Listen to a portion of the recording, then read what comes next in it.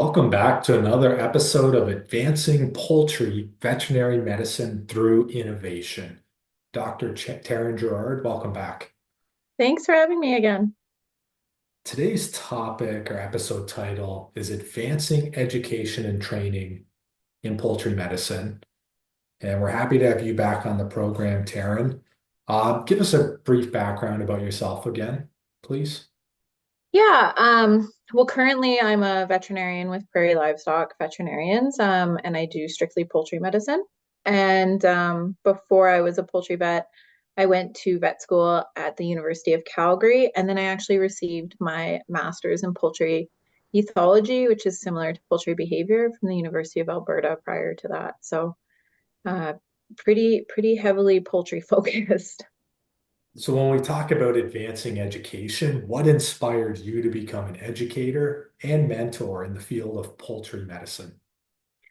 Yeah, I think I mean I know it was I had gotten my undergrad at the U of A in a bio degree and didn't really know what I wanted to do. So I went traveling with my now husband for quite a while. And when I came back, I went back to school and I was kind of looking for direction on where to go. And the poultry community really pulled me in and gave me that sense of community that I hadn't had yet. So um, a lot of what I do now is either an educator or a mentor, just a friend for people in the poultry industry is just trying to give back to the industry that really took me in and helped me get where I am today. So giving back to the industry and making sure I pay it forward where people like Frank Robinson and Martin Zudoff and Val Carney and Brenda Schneider, and I'm sure I'm missing a lot, but they just helped me find my way. It's a really good approach, Taryn. Now, when it comes to teaching poultry veterinary medicine to students, what is your specific approach?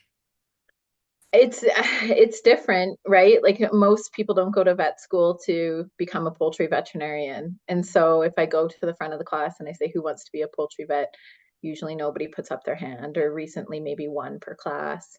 Um, so it'll start with open-ended questions with the students, and that's more to show them the comparative medicine side of it. So um, veterinary students are so incredibly smart and they know so much about dogs and cats and horses and cows and exotics. And so it's taking that knowledge and showing them that they can apply it to poultry and then getting to share the highlights of my job. So working with the producers and the relationships that we have and getting to be, I've always explained it as like when I was a small animal vet and somebody would bring in their dog, I would throw them life rafts and where they would try and help their dog and they could choose what life raft they wanted.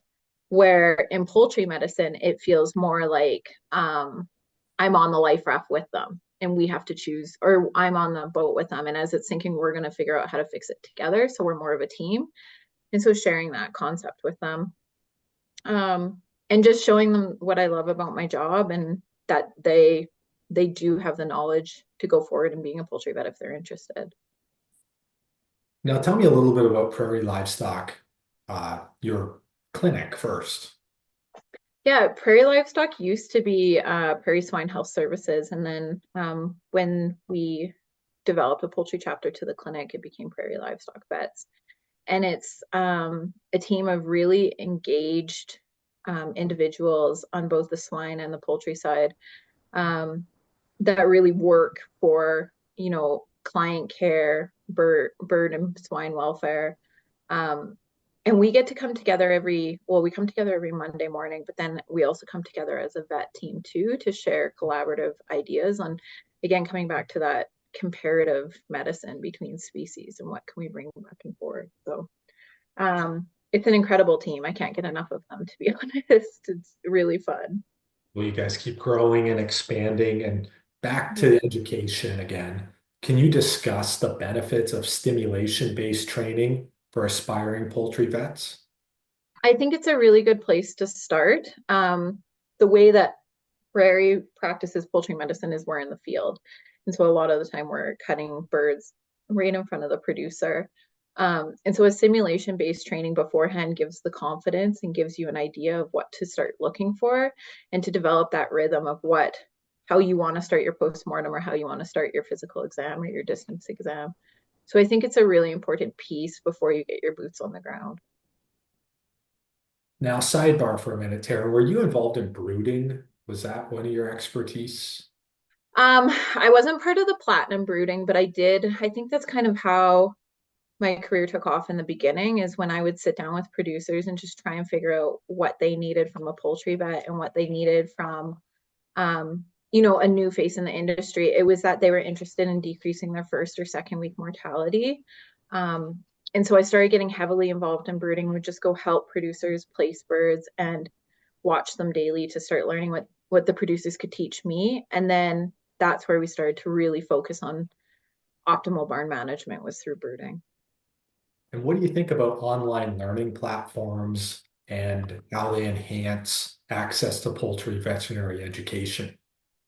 I think it's key now, to be honest. Our team is becoming a lot more interested in hatcheries. And so, with that, we're reaching out across the world to specialists in hatcheries that we normally wouldn't get to be in touch with. So, online continuing education, where we can start to network with other veterinarians and do rounds with other veterinarians and share information on what they're seeing and what we're seeing, really has enhanced both the swine and the poultry side of our clinic knowledge base. It's been really good.